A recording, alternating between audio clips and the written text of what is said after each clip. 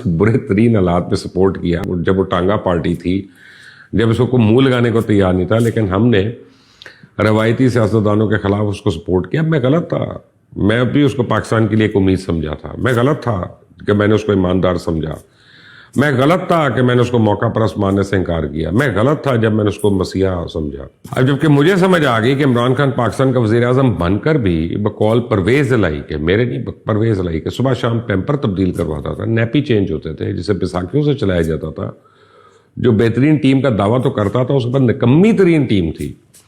وہ وعدے اور دعوے تو ایسے کرتا ہے جیسے سبزی والا سڑی ہوئی سبزی قسمیں کھا کر بیچ دیتا ہے، اسے پرواہ ہی نہیں کہ جھوٹ اور یو ٹرن میں کیا فرق ہے۔ عمران خان نفرت کی سیاست کا چیمپئن بن چکا ہے۔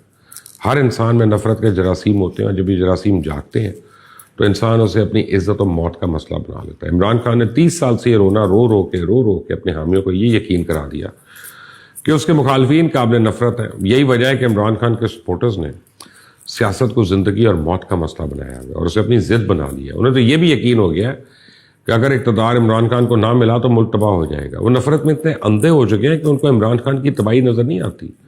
وہ 1 کروڑ نوکریاں، 50 لاکھ گھر، نیا پاکستان، وزیر اعظم ہاؤس کو یونیورسٹی بنانا سمیت ہر جھوٹے وعدے کو قصہ ماضی بنا چکے ہیں۔